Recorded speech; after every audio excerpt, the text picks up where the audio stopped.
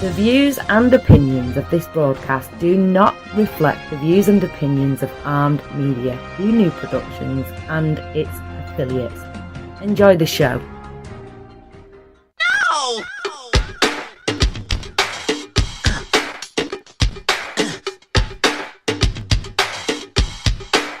I'm going down to Alphabet Street. I'm gonna crown this girl that I meet. I'm gonna talk so. Welcome, everybody. It is time for the F word again. It is June 19th. Juneteenth, by the way. So the Emancipation, I can't say the word, Emancipation Proclamation, Juneteenth. Happy Juneteenth, everyone. It is, like I said, Tuesday. And it is not Tuesday, though, over across the pond in England. So you're going to really like our guest tonight. His name is Eric Douglin. But before we get to Eric, I want to bring on our favorite financial 15 friend. Look at all those F words flying out of my mouth. Jonathan. Hi, Cathy. How are you? It's been a whole week. Oh, I'm so good. It's been a whole week. And so you were running through the sprinklers. You could have just come outside here and just run in the rain. And it's been just raining nonstop. That'd be a more efficient way to do it. We have to use the hose out here in California. So, yeah, you know what? I'm thinking that, with all this rain, our pond is going to get even bigger, and I'll just be able to hop on the boat and go over and see Eric. It'll just be from my front. The ones are crazy. I know, they are crazy. But you know what? Let's get straight to everything. You were running in the sprinklers, and now I want to talk about running to retirement with some different products. Thinking about, here's another F word, everybody, future. What are you going to do for the future with what Jonathan's talking to us about tonight? So go ahead. Tonight I'd like to talk about what's called the IRA, the Individual Retirement Account. Right. Last week, we talked about an account called the 529, which is for planning for college. And if you use that money to pay for college, you get a nice tax break. Tonight, we're going to talk about an account that is similar, except instead of for college, it's for retirement. And if the account is designed for you to save as long as possible and use it for retirement. And if you do, then you're using the account for what it's for. If you use it for something other than retirement, then you pay a penalty. So this is one of those accounts where you want to know what it's for before you start one to make sure that you use it properly. And if you do, then you get all the benefits of it. Okay, so, tell us, how old should you be to start an IRA? I know there's different kinds of IRAs, too. I kind of know a few things, by the way. And we'll talk about the difference between the different kinds next week. For now, I'm just going to talk about the basic IRA. So how old do you have to be to open one? Actually, you can open one just about any time. You don't even have to be 18, as long as you are not 70 and a half years old. You have to be younger than 70 and a half, and you have to earn a taxable income. Okay. So you could be a 16-year-old kid earning an income doing a summer job, and as long as you are filing a tax return, not just like taking cash under the table, you can open your own retirement account and start growing your money early. Okay, so where would so my son is 19, my youngest. So if he wanted to start an IRA, where would he go to do that? Does he go to the bank? Does he go to an advisor? Does he go online? Does he do all of the above? What do you recommend? Yeah, I always recommend that somebody talk to a professional, in the same way that you hire a CPA to do your taxes, you hire an architect to design your home, you might want to hire a financial advisor or at least talk to one to design your retirement account. You can start these things online if you'd like, but I always tell people, sit down with a financial advisor and at least get some free advice. These are people that understand the market, they understand the point of these accounts and long-term investment. You can visit multiple financial advisors too, kind of like visiting multiple doctors to get a second opinion. Right. Yeah, that's what I recommend. But in terms of your son being 19, if he's got a job, I would recommend starting one of these things early even if he only puts in $100 a month, think of the growth he could have. Oh, I know. That's one over of those if I knew then over what I know the now decade. things, right? Try to tell What was kids. Like, listen to mom, do it. Right? But Yeah. Well, I the need thing you is, to you know, talk to a me. lot of people don't even think about these things till they're 40, 50 years old, and then by then you've only got a couple decades before retirement, if that. And so you start it when you're 40, and then one recession comes along and wipes out all your gains, and then that's it. Eric, But if you doesn't that start make you it when feel you're old? Oh, wow. 19, 19. you know, started at 19, even Oh if my there's a God. recession, you might actually be invested during like 5 or 6 or 7 recessions, but it's not going to matter because all the growth you're going to have over time, you'll be able to bounce back from each of those recessions.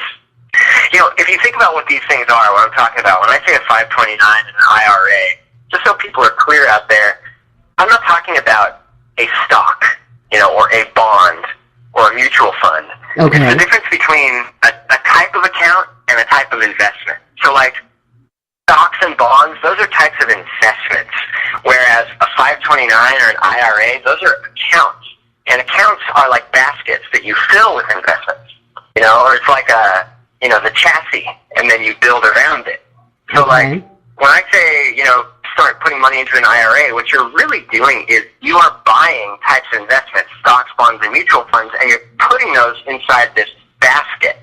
And the main rule about this basket is you simply cannot cash out the investments you have in there. So whatever you can choose to put in whatever you want. You can buy whatever stocks you want, whatever mutual funds. You can work with a financial advisor, but everything you put in there stays there until you're 59 and a half.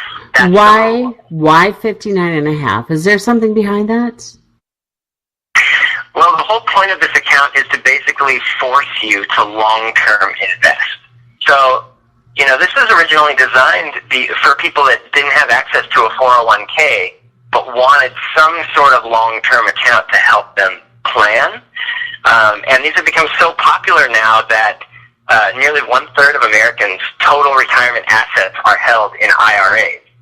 Okay. Basically, people set one of these things up and start buying stock, and then all the stock in there just stays in there, and then you buy more every single month. And what's cool about it is you can actually set it up so that a chunk of your paycheck comes out every month and automatically gets invested into this account. So, like, you work with a financial advisor to pick, you know, let's say 10 mutual funds, and we'll talk about what that means later. You know, we'll talk about types of investments down the road. But basically, you pick mutual funds, and then every month, $500 comes out of your paycheck. Before you even get your paycheck, that $500 went out of it and bought as many shares as you can get of those mutual funds you chose. Wow. So every month, you're just stockpiling shares. So, yeah, and when it comes out without you you don't even realize it's missing because you just budget yourself, which was your first topic. That's the idea. Yeah, so you put that- you're not even supposed to notice it coming out. That's right. Right, Hopefully. so- exactly, But you can 'cause it stop was it anytime. You can stop contributing. So, okay, so So you could decide to change your tack. Go ahead. Sorry. So there's a couple different things. So IRAs, you know, can you explain to everybody what qualified? I'm not kidding you. I've been in this industry since '99. I talk to advisors that ask me what's the difference between qualified and non-qualified money. So if you can explain to people what that is, I mean, seriously, I'm going, wow, you're going to sit down with somebody and write an annuity and not know what that is? Okay. But that's what we're here to do, is we're here to educate and help people live comfortably in retirement. And that's a goal. You know, I want to ask you something before that question, though, so then you can answer the other one. When did IRAs first start? I think they actually started in 1974, if I'm correct about that. And that was I literally could be wrong. because 401ks. Well, I mean, people didn't need to have 401ks because there was pensions. Like my grandfather worked for the railroad and had a pension. Mm-hmm. So the IRAs. Yeah, the real point of this is just to be the everyman's account. So anybody Okay. that wants to save, you know, it's one thing to save money on your own and to budget for retirement and then remember every month to to put money into the stock market, and then, some dividends came in, let me remember to reinvest it. This is something that just happens on autopilot once you set it up. Okay. And then if you want to stop contributing, you can stop, but the money stays in there. And there are exceptions to that. Like, you can pull the money out penalty-free, for example, to help purchase your first home.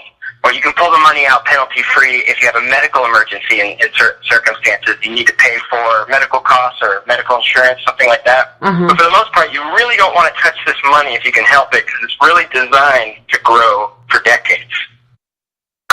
You asked about qualified. Yes, qualified or non-qualified money. What's the difference? So a qualified plan, an IRA is an example of a qualified plan, because basically it allows you to contribute pre-tax money to the plan, and then that grows tax deferred. So what that means is, when that money is peeled out of your paycheck and it's put into that account, you don't get access to that money. Even though it was in your paycheck, you can't spend it because it's locked in that lockbox called an IRA. So it would really be unfortunate if you got taxed on that income that you don't have. That would make you feel really poor, because not only did you lose the money that was locked in the IRA, but you then also had to pay taxes on the money that you never got. Even though you did get it, it's just in your IRA. Right. So an IRA is a tax-deferred plan, meaning, okay, the money's locked in your IRA, you can't touch it now, so you don't have to pay taxes on it now. You pay the taxes later when you retire. And chances are you going to be paying more taxes when you retire or less? The general consensus? Question, Cathy. Thank you. I came with it myself. This will be the topic of next week's episode. I'm going to dive into the difference between an IRA and a Roth IRA, which are really identical accounts, except for a few key differences, one of which is when you pay your taxes. Yes. Some people would find it very beneficial to wait to pay their taxes. For example, if you wanted to maximize your investment, you basically, you're peeling away this money out of your paycheck and putting it away for the future. If you don't have to pay any taxes on that money right now, that makes you feel you have more money to invest, because you're going to have to pay those taxes, so you can maximize what you plug in. But yes, Cathy, you're right. You will have to pay a fat tax bill on these accounts, which is sometimes why IRAs are nicknamed IRS accounts. Yes. When you go and retire, right, you will pay taxes not just on the money that you contributed, you will also pay taxes on all the gains in the account. The other option, which we'll talk about next week, is one where you pay your taxes today, and then when you retire, all the gains are tax-free. Lovely. Of course, that has upsides and downsides, too. Uh-huh. Well, that makes sense. Yeah. And so, of course, Jonathan, if people want to learn more, where do they need to go to? They should go to a website that I created for this topic. It's onepointbusiness.com/IRA. onepointbusiness.com/IRA. You can also email me if you'd like at jonathan@onepointbusiness.com. And if you have any questions about investing, I'm happy to connect you to a qualified licensed financial advisor that can answer any of your questions and help you get started with these things. Because whether you choose an IRA or a 529 or any of these, the point is you should really be investing for your future, if you can.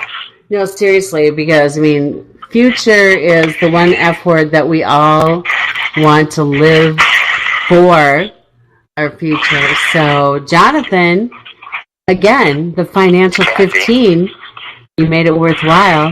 I get to spend 15 minutes with you a week is it. So, and I will be back next week to we'll talk see. some more about this stuff. So thank you for having me. Same time, same channel, everybody. Well, thank you, Jonathan. And See you then. Have a good night. thank you. All right. So, Bye. bye. So what I'm curious then is, in talking about retirement, I'm talking to my friend Eric across the pond. Eric, are you there?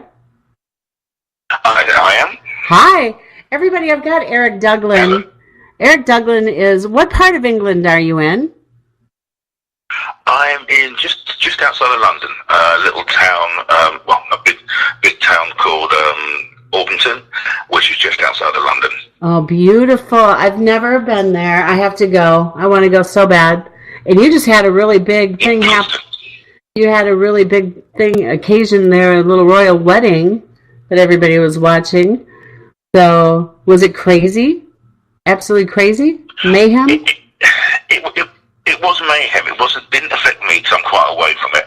But it had a lot of people watching it. It caught the imagination, and with young Harry marrying an American as well, that caught the imagination overseas. Normally, it's very restricted to the UK sort of thing, but because he married a young Meghan, it caught the eyes of the nation. Right? Oh, and every little girl dreams of being a princess. I actually am a princess. It's just that people around me don't realize that they're my loyal subjects to be, treating me as such. But that's what I had kids for. But just kidding. What an amazing time though to be there, and just, that had to be crazy. But Eric, okay, so some of what Jonathan was talking about, in England, do you have like the IRAs, the retirement plans like that, 401ks? I'm curious. We what we used to have was you went to work and you paid into your company pension. Okay. And then when you retired, you got most of that money back out. So it was a compulsory pension. Compulsory money was taken out of your pension every month, every week, what have you. Right. But it's changed slightly now, where the companies make a contribution and you make a contribution. I think you can make about 9% contribution to your pension, but then typically through your company up to 9%, and the company make about 5% contribution of your salary. But then you can get shares and what have you. Depending on what company you work for, you can buy shares or they can give you shares as well. Wow. It's totally different setup to America, really. And there have been a few scandals in the last few years where people have been working for companies for 30, 40 years and paying their pensions in, and the companies have been going bankrupt, and shareholders have been taking out their money. So when these poor people are going to retire, there's nothing in the pot for them to take out. So there's been a few very big scandals over the last 4 or 5 years. British Home Stores was one, and I think the post office had a bit of an issue as well. Wow. That's so crazy. now people are told to, you have to take, as Jonathan says, you have to take control of your financial future. You do. You can't rely on, the companies, and that's what I think people are doing now. They're seeing that, in the past you paid into your pension, so the company, you thought the company were looking after you. Right, I'm going to retire after 45 years, get my gold watch, and thank you very much. Yes. Then someone's taken all your investment out of the pot, and there's nothing you can do about it. So you have to take charge of your own financial future. Exactly. Well, and financial literacy is a good part of the reason why you and I've met, because I'm kind of involved with these little letters, WCBA, in the financial literacy and sales area. And Eric here is actually, everyone, he is the commissioner of the WCBA and the WCBT. But what I'm going to do is I'm going to let Eric tell us about how this all came to fruition, how you got involved in basketball. Just so you know, there's a little movie called Space Jam with Michael Jordan. Have you ever heard of it? That's my... I have. That's like how I know basketball as it really is through Space Jam, just so you know. Because, how it should be. Yes, exactly. With the Monstars. I'm kidding. But anyway, so first of all, WCBT, will you tell everybody what it stands for? Absolutely. The WCBT stands for the World Club Basketball Tournament, which was set up in 2015. I've been in basketball for about 20 years now. Wow. Going back, eldest son used to play for a team, and we had to travel quite a way for him to play in this local team. So one year, I decided to set my own team up. I've got 3 boys and a daughter, and they were all very keen at sport, all very keen basketball players. I was never very good. I played at school, but I wasn't very good. But my children were all better than me. So I decided just to set my own club up to give them a chance to play locally, to experience different, to experience discipline and teamwork and work ethic. That was the main aspect of it, to give them some sort of molding and something to do outside of school.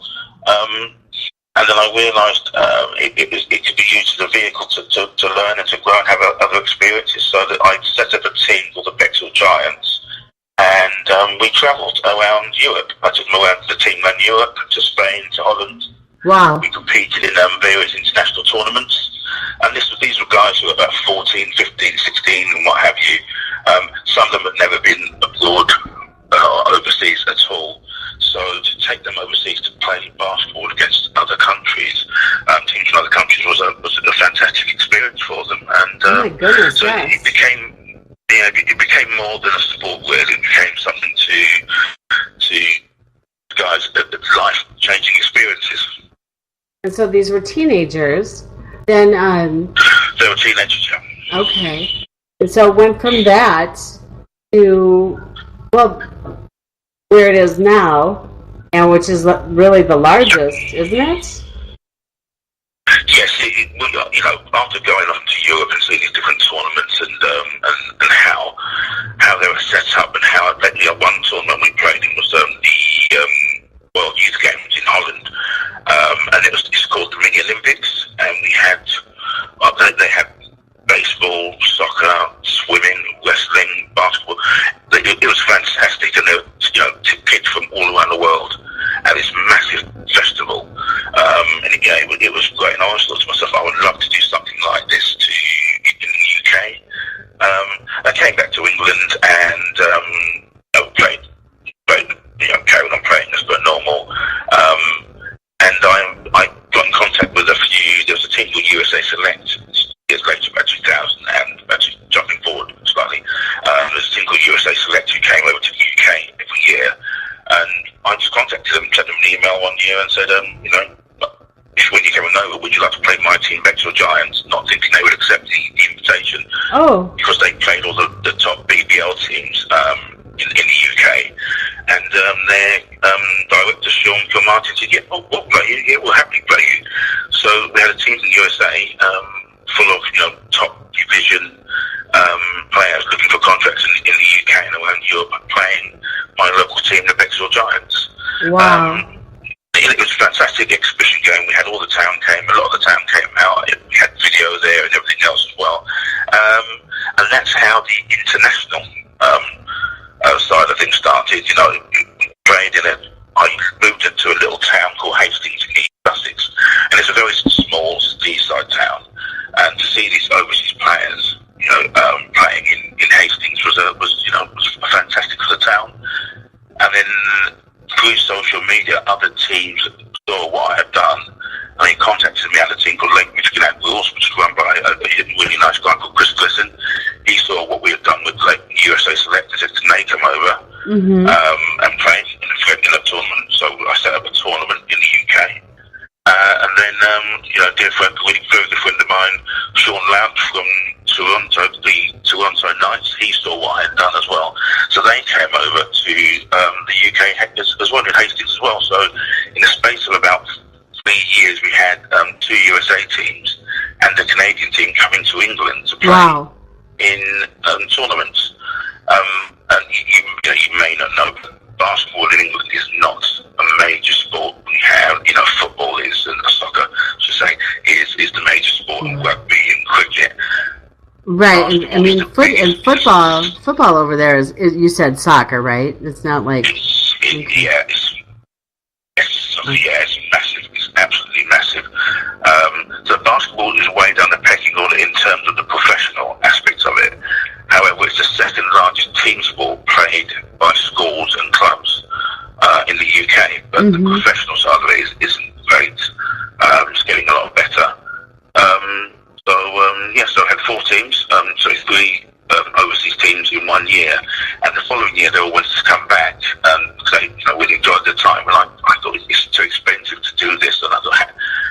doing the tournament. I thought, had this little rainstorm one December before Christmas, and I thought, we're having a tournament with all these teams coming over, and just inviting teams around the world to come and play in the UK. So I found the venue, sent out some invites on social media. I made a little post up myself, which was great, but it said World Club Tournament, and invitation to any teams around the world who want to come to the UK and play. Had a very small entry fee. I think it was £250. I think it was per team, and that was it. I was inundated with entries. Oh my and gosh! The first World Club basketball tournament was 2015, and we had a team from the Philippines, from the UK, from 3 to 4 teams from the USA. That started with 8 teams, and it's just gone on from there. Amazing. And so when with the whole international aspect of it, I mean, there's like different iterations of rules and how people play, how many people are sitting there on the bench or whatnot, right? So the rules that you follow are, this is an F word, you guys, think about this, FIBA, right? Yes, the FIBA rules are slightly different to the NBA rules. What's the difference? With regards to things like travel.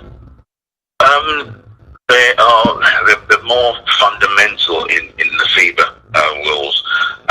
The USA rules have got slightly different, where you can do a bit more, so we call travelling.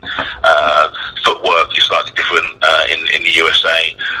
The times of the matches are longer in the USA as well. I think you have 12-minute quarters in the FIBA. In the FIBA European, we have 10-minute quarters at the moment. Okay. There's not major differences. There are slight different iterations, but the rules have the FIBA have just changed their rules for October, going forward to October. Mm-hmm. So there's a whole new set of rules coming up again. So basically, when the guys play in the NBA, the likes of LeBron James or what have you, they play to the NBA League rules. When they come out of that and they play in the Olympics or the World Cup or what have you, they play to the FIBA rules. Okay. So the NBA work with their own set of rules, FIBA are a different set of rules. So when the NBA is going to step out of that and play internationally, they play to the FIBA rules, because the FIBA are the basketball regulators of the world. So what does FIBA stand for? I'm thinking Foreign International Basketball Association. That's my guess.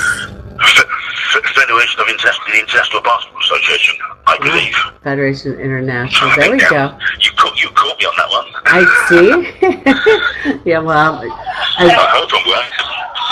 Well, it sounds right. It sounds right to me. It definitely does. So I'm gonna go back then. So you've got all these teams. How many teams end up showing up? I mean, you're saying, from all these different countries. The first year we had 8 teams, with quite a few wanted to compete who couldn't. Second year we had 10, but we had lots of teams wanted to compete and had to turn quite a few teams away, because when you sort of set something up the first time, you don't know how it's going to go, and with like to see proof in the pudding to a degree. So the first year people were very sceptical, in the international tournament, because the World Club Basketball Tournament is the only international tournament in the UK. There's no other tournament in the UK, right? And it's the biggest international tournament outside of the London Olympics we held in 2012. So people were very sceptical the first year. So the second, once they've seen videos and social media posts and players have put lots of recommendations up and what have you, then people sort of see there's proof in the pudding, because the basketball world now, social media and what have you, has become quite tainted. You've got quite a few guys people out there who are just sort of trying to scam guys for money. So people do research a lot, and when they do research, they can see something that is viable and is in front of them, as opposed to someone just putting a post on social media saying, "Come to my camp, right, give me $250." There's nothing there, so people want to see something. So once they've seen the videos, they've seen the players, and they've seen all the photographs, we have a very big video. The second year we had 10 teams. We had about 20 And we had, the Canadian team came over again. USA selected 2 teams. We had a German team. And we had 3 UK teams. It's very big. It attracts quite a few teams from the USA every year. We get at least 4 teams from the USA. You may know more than I know about this, Cathy, really, but I don't think there's that many European international competitions in the USA. No, there's not. Where they get a chance to compete against European competition is very rare, so that may well be the attraction. And also it gives a lot of the players in the USA the chance to showcase their skills, to test themselves against other competition. Some guys are looking for professional contracts, so they come out and play. And because we have a good social media team, they get videos and what have you. It isn't an exposure tour where guys can come out to get professional contracts. It's a tournament. However, people can get seen. And some guys come over and they just want to see another country. They come over, they play, they go to London and they meet people in London, they go to the shows. So it's a whole all-round cultural experience as opposed to just a tournament. Right. So now, do these guys actually, so your team, for example, are they paid players? The teams that come over, my team isn't paid. My team is they're all amateurs, they're working guys, they're amateurs. The teams that come over, some of them are professionals. They're generally selecting where they've got players who want to come and play to show their skills off, and they have come from professional backgrounds. Last year we had a guy called Jason Hannibal play. He played in the NBA Summer League for the Washington Wizards. Okay. We've had professional players play in the tournament before. We've had guys from pre-season, teams that come out for their pre-season. It's held in September, so professional teams that come out and play pre-season. This year we have the Welsh national team, men's national team playing in it as well. 2 years ago we had the Great Britain police team playing because they were going off to play in an international competition in Luxembourg. Okay. So they came over to play in the tournament to play overseas competition because they didn't have the chance. They've never had the chance to do that before, so they wanted to come and play my tournament, play against overseas competition, and then they were going to go over to play in Luxembourg in the International Police Federation competition. So it opens lots of avenues for professional players, for amateur players, for national teams, what have you, to test themselves over one weekend. So yeah, there are professional players, there are amateur players, and there are semi-pro players as well. We've had Uncle John Barber, who was the BBL Player of the Year and played in the BBL Cup final for for Sheffield Sharks, one of the top BBL teams in the UK. Wow. And he played. So we have a wide spectrum of players. And if you're an amateur player who plays locally, then you're playing against Jason Hannibal at the NBA Washington Wizards. That's something that you can, it's an experience you're never going to forget. And for the people to come out and see that, spectators to come out and see that. Well, and that's what I wanted to ask you. So, Eric, the people that come out and see it, I mean, is it just is it crowded? Are people just really excited to see all these people from other countries come and play? They are. We do have what we do, we hold it over 3 days now, the tournament. The first day is an exhibition, have an exhibition game on a Friday, and then the competition starts on the weekend. So we have lots of school kids come out. We do coaching clinics for the kids. And we have lots and lots of spectators. It could do with more. We could have more. We have loads of people there. But the fact that it's an international tournament in the UK, we should really be stacked out. We should be packed out, to see the types of players we have. We are getting there. We're getting better. We have a lot of people. But again, I think it's that skepticism of what's that about? And my sort of what I try and say to people: don't worry about it being a basketball competition. It's entertainment, it's fun, and it's an experience. Well, exactly. So I want to try and I'm quite keen to get people who know nothing about basketball to come out and experience it. Because if you sort of try and attract basketball fans, occasion, and so we have competitions, we have cheerleaders, we have music. So there's lots of stuff going on over the weekend to attract what a people who've blast. never seen the sport. Who does all the work for this? Is this all, Eric, is this all you putting all that together? My wife, myself and my wife, I have a committee of volunteers. The referees, I have some referees that have been there from day one. I have one young man, Arnold Van Stern, he came from Holland. And just going back to when we did the World Youth Games years ago, this is the power of social media. When I first mentioned the competition, I was doing the competition, I put something up about the World Youth Games, and he said, I was a referee there. And Arnold, he comes over from Holland every year to referee. Wow. We've had referees from Spain, Holland, Lithuania come over. So it's an all-round international event that people want to be a part of. But it's volunteers, myself, my wife, my kids. I have a really good sort of dedicated group of volunteers who are table officials and say referees and help me put things up, and the photographers. So it's a very good dedicated team of people, but we want to see the event grow. It has grown exponentially over the last couple of years, which has caught the eye of people in the States who have seen it as a vehicle to bigger and better things. Yeah, I have a feeling. Yeah, it's going to get bigger. Just some of the people that I know that are getting involved now. So let me, you know what? I'm going to go somewhere because you mentioned your wife.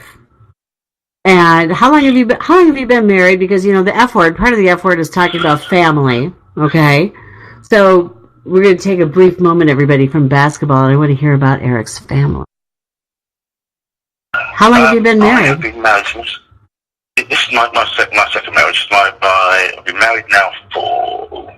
Actually, next week it will be 7 years. Okay. To my wife, Mandy. We was married for 20 years, and had 4 children with my previous wife. Okay. And Mandy and I've been married for 7 years. Wow! Congratulations. Slight backstory. I'm not sure if you I might have mentioned it to you, Cathy. I can't remember. But Mandy gave me a kidney 8 years ago, and then we got married the year after that when I was diagnosed with kidney disease. So wow. She's like that's amazing. God bless her heart and bless her kidney. Wow. So that's love. That's love. It is, and that's one of the reasons why, touching back on the basketball, why I took the lead to do the World Club basketball tournament. Because I think if Mandy hadn't given the kidney, I had nothing to lose. So I thought, when you have something, when something like that happens, you look at things from a different perspective, right. And you take the chance, you take the risk. Whereas if I didn't have the kidney, I would have did the kidney transplant. I would have been plodding along quite normally in my normal day-to-day life. But because I had the kidney, I had to get to life. I thought, well, what can I lose by doing an international basketball tournament? It's something I've always wanted to do, so I'm going to do it. So when something like that happens, you have a life-changing experience. It does put things in a different perspective. Oh my goodness, yes. What a blessing. I'm looking forward to meeting her because I'm going to have to come out there. So yes, you should do. Know that because I'm going to warn you though, I might get tiddly, okay? Everybody, what does tiddly mean? You're welcome to get tiddly. I love tiddly. We'll let everybody just guess. What does that word just cracks me up. But oh my gosh. So what's your wife's name? Mandy. Okay, that's what you said. Okay, so yeah, Mandy, and then so your family, your kids are all grown, which it's such an amazing feat that when we look back and see what we've done as parents and how our kids turn out. I mean, and you were saying that yours were all athletic and playing sports, and my boys. I've got tall boys. My oldest is 6'5", my middle is 6'1", and my youngest is 6'3", almost 6'4". And so I've watched a few basketball games in my time. Even played a little bit. Got kicked off the team, but that's another story. But That's what happens sometimes. But now going back to basketball, so now you've got the WCBT. When is that coming up? That's in September, right? The World Cup Basketball Tournament is the 8th and 9th of September. 8th and 9th of September. We'll be looking forward to it. Yeah, we've got our first team from Africa coming over, a team from Tanzania, the Vijana City Bulls. So, they're coming from Tanzania. It's a Welsh national team, we've got a few teams from the USA. A team from Vancouver hopefully are signing up this week. So we've got, I think I've got about 18, 19 teams that want to compete, but I've got to whittle it down to 10. Okay. So at some stage. Okay. So so only 10 teams can compete, you said? Yeah, we have a maximum of 10, yes, to make it, feasible. We don't want it to have more than 10 teams because it takes too long and right. It's too many games for the guys to play in one weekend and what have you. So 10 teams is feasible. Okay. So ideally, that's a good problem to have, Eric. Wow. It is. It's just hard saying to teams that want to compete that they can't. But we've got a team from Australia who have signed up to play next year already. So that's how big the tournament has grown.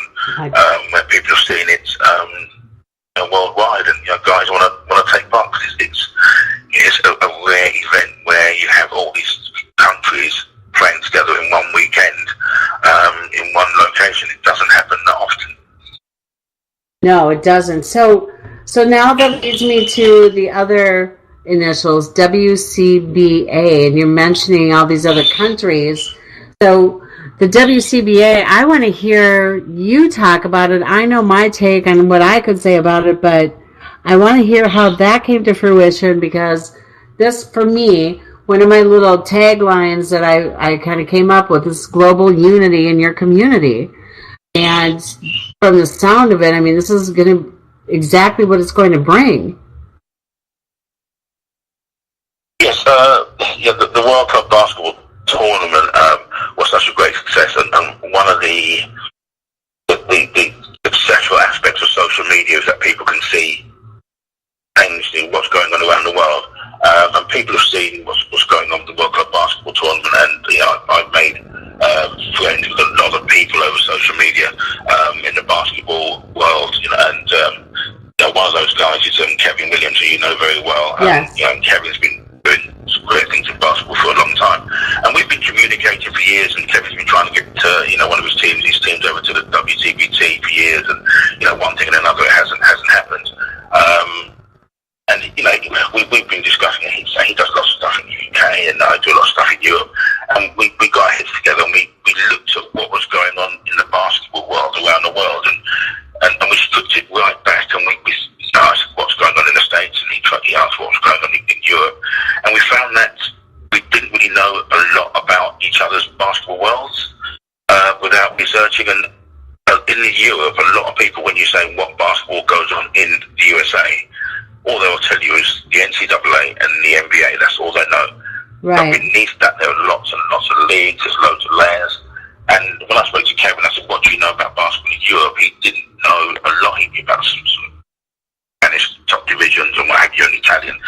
But when I started talking to him about the British leagues, he opened his eyes, and I showed him some videos of the BBL and what have you, and he was very impressed with what he saw. I've made some contacts with people in France, Germany, and in Italy with these various tournaments, because with my tournament we linked up, but I found that everybody was doing things in silos, and everyone was doing very successful things, but they weren't sharing it. It was like, this is mine, I'm going to keep it. Right. And the point of the World Cup Basketball Tournament is I want to share, I want people to share, I want people to run with it, I want people to have the World Cup Basketball Tournaments around the world eventually, and what have you. And I'm always very keen on sharing success. If I see someone doing something great, I will share it, even if it will detract from what I'm doing. If someone's doing a tournament in France at the same weekend, great, I'm going to share it. I'm not going to say I'm not going to open it because I'm not going to share it because it'll impact on mine. And so Kevin and I, we got our heads together and we said, how about doing some sort of a global league where we're sharing, bridging the gap between the USA and Europe. And so we came up with lots of different ideas of how we could do this, how we can get some sort of league. And the WCBA, World Club Basketball Association, was formed, which is a league which will be running in the States. Hopefully we're planning for next year, and certain teams that win the league or finish in the top or are placed in the WCBA USA will come over to Europe and play in the European events. We've got links. We have a tournament in France, about 3 tournaments in France, one called Hoops Party, one called Six Park, one called Cathy. We have a tournament in Germany called Germany's Reality Check. We have a tournament we linked in called the Laconia Basketball Tour. So we've got these contacts in Europe where when we do the WCBA, we can get these teams from the WCBA in the States and we bring them over to Europe and play in these other tournaments in Europe. And then the guys in Europe, we can get those guys to come over and play against the WCBA teams. We're actually getting teams together in the WCBA now. We're pitching out to certain teams. We're in the league. We have teams in Omaha, in Minnesota. When we got one in New York. So the New York Core Kings are competing in the World Cup basketball tournament this year. Yes, that's exciting. And that will show, and that will show people, what we're about. Then we have a USA team on the World Cup Basketball Association playing in the World Cup basketball tournament, and it goes back to what I was saying earlier, and that people will see that what we're saying is real. We're not just sort of, talking hot air. We are just proof behind, what we're doing. So the New York Core Kings played in the World Cup basketball tournament last year, and came runners up. Really nice guys. The fans absolutely loved them. And they were very fantastic ambassadors for the USA, and they will be fantastic ambassadors for the World Cup Basketball Association as well. To have a team from New York in the UK yes. is great, but they will be coming over as ambassadors. So basically, the World Cup Basketball Tournament is linking the USA to Europe, and we'll have lots of different projects. There's been lots of things going on over the period of time. We're still blessing a lot of things out at the moment, but we have got, myself as commissioner, I will be pushing that European link. We have, Mike Garrett on board as well. We have a guy, Christian Colombo in France, who's on board. So we have a good network of people. As you mentioned earlier on, Cathy, we've got you on board as well for the financial literacy side as well. And will be about educating players as well about the overseas market, about investing as well. We're very keen to learn how to invest because the basketball career is very short. Yes. So when they get their earnings, how to invest it, how to conduct themselves once they leave the league, and how to conduct themselves on the court and off the court as well. So it's not just about basketball; it's about overall experience. Right. It's giving back to the community, and it's teaching our youth. I think being ambassadors to our the world's children. I think it will be a really good opportunity to show. It's like we can get along. Look at we've got all these different countries playing against each other, but that's the thing. We're playing against each other. It's not we're fighting against each other. We're actually doing things, and we're teaming up and doing all kinds of different events like the tournaments. The financial literacy aspect. I mean, with the NBA, from what I know here in the U.S., it's 60% of players are completely broke within 2 years of leaving the NBA, and a lot of them don't have, or there's a lot of players out there that don't have the opportunity to make it to the NBA. It's like a less than 1%, chance to make it to the pros. This is an opportunity for really talented players to get out there and have the opportunity to continue doing what they do and or start their career this way. So and have the world stage for people to see their talent. So I'm really excited. And was also, is there an opportunity? And I remember this being said a while ago, and maybe I got it wrong, but were we looking at maybe having some of the European players play on the teams over here and vice versa?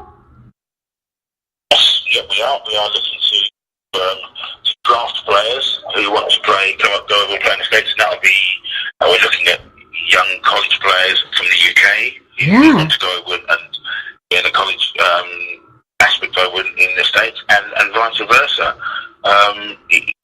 As we mentioned earlier on, it's that connection, building that bridge between the USA and the UK, and the players can have the lifetime experiences. And I think sometimes probably tend to focus on the financial aspect too much. I know we've got to earn a living, but it's about having a lifetime experience of meeting other people and networking as well. Exactly. But yes, definitely there will be opportunities for players from the USA to go to Europe, and from Europe to go to the USA. And so, how do we want people to get a hold of us? I mean, what's the best way for people? Okay, and let's look at it this way: players that want to get involved. I mean, so contact. I mean, in the U.S. or in the UK or in Finland or Spain or wherever. I mean, because guess what, you guys, we're in 66 countries, in case you didn't know. But so what's the best way for them to get a hold of us? Should they go to our website? Yes, they go to our website and www.wcbainternational.com. Yeah, www.wcbainternational.com. That's right. www.wcbainternational.com. Yeah, definitely go there, because there is a contact us spot on there, and then you can let us know what you're looking for. I mean, if people, and we're going to be holding combines too, right? So, I mean, people are going to be able to try out the different teams. I mean, we're still looking for some additional teams here in the U.S., from my understanding. We've got some availability. And getting ready to get started. I mean, this is just, the whole international part of it, Eric, I mean, our lives are international now. I mean, my oldest son, right now he's living in New York, but, so he's living over there. He's an architect, and he was able to go around the world. He worked remotely. He got tired of New York. He and his girlfriend are like, it's so expensive here. And he worked it out with his boss. He's like, you know what? You want to go? Yeah, as long as you work and get it all done, we're good. So he goes from Manhattan to Vietnam, making Manhattan money, living on $2 a day, pretty much. And so that's our lives. That's our world now. I mean, you can work anywhere in the world. You should be able to play anywhere in the world and build the relationships. I mean, the way things are. I mean, this is brand new. I mean, there isn't another league out there like this. No, there isn't. With WCBA, what we have got that connection already with all the European representatives and ambassadors, within these Greece and Italy and France, etc. We have got the connections already. They are already under the WCBA umbrella. So it's not as if people have to go out and look for other players, or the players have to go on Facebook and start searching. If you're part of the WCBA brand, you're already in the international network already with the international connections. So it'll make things a lot easier to bridge that gap and get players on board, so you won't have to look outside. Connections are already there. International connections are staring us in the face. And you know what, also, in the connections, the international part of it, and what you're hearing here, I mean, if you are an international company, or if you're a U.S. company or a UK company, and you want your name out there on our jerseys, definitely reach out to us then too, because we're always, looking for sponsorships to help support the travel, because that's expensive. So whatever we can do to, help our teams support their players and, you know, get all the equipment. I mean, what are they? They're molten balls that they're going to be using? Molten, yeah. So, I mean, that's one of them. Yeah. Is it, I'm, you know, forgive my ignorance, is that a different size ball? Yeah, you have different size balls for 3 easy and 5 and 5 and size 7 up in the balls that we will be using. The exposure the league is going to get globally is going to be phenomenal because it will be everywhere. One game for games played in Delaware and then against Vancouver, that is going to see around the world. So the exposure is going to be fantastic. Wow. That is so good. This is so exciting, and I'm just so grateful. Thank you for letting me be a part of it, Eric. I'm really excited, and it's a pleasure. we'll do everything. I'm excited as well. And you know what? I'm going to let you go back to sleep. Everybody, it is like 4 o'clock in the morning there, so or almost 5 now. Oh my God, Eric, go to bed. And everybody, this is the F word. And thank you, Eric. Again, get some sleep. I will talk to you tomorrow, I'm sure, okay? Thank you very much for having me. And thank you for being on the F word. Good night, everybody.